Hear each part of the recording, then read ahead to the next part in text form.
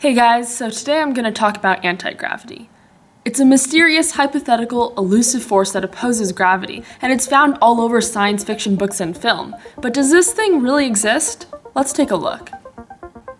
First, let's review our understanding of gravity. Gravity doesn't just exist when apples fall on people's heads, it's also the force that causes all objects to be attracted to each other. It's why the moon revolves around the Earth, which revolves around the sun, which revolves around an even bigger mass. Well, you get the idea. So anti-gravity, then, isn't just a force that causes objects to fall away from Earth, it's the force that causes objects to not be attracted to each other.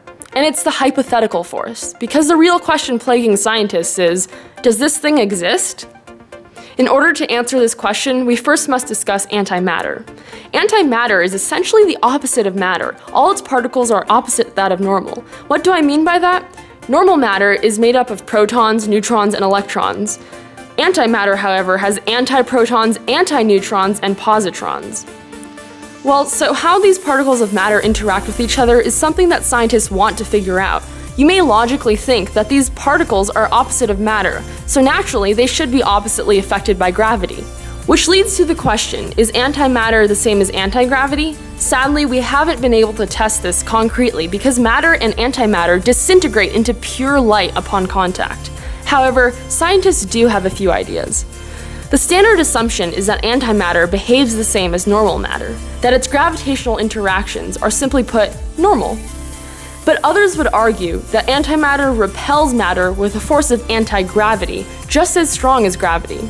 This would mean that if you say put a blob of antimatter on Earth, it would begin to fall up rather than down. In other words, it would repel other objects. So scientists at CERN, or CERN, tried to solve this mystery and were able to trap atoms of antihydrogen in place with a strong magnetic field.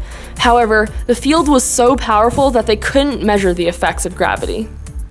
But in the future, they hope to repeat the experiment and then slowly turn the magnetic field off to see where the particles will move. If the particles move up, then antimatter is in fact the answer to the anti-gravity question. Anti-gravity is a golden solution to so many problems. If it exists and can never be harnessed, it would let us do so many awesome things. Anti-gravity could be used to make flight easier, transportation more efficient, rocket propulsion more effective, and moving heavy objects faster. We could even fly without the need of airplanes or helicopters. Thanks for watching. Please like this video and subscribe to our channel.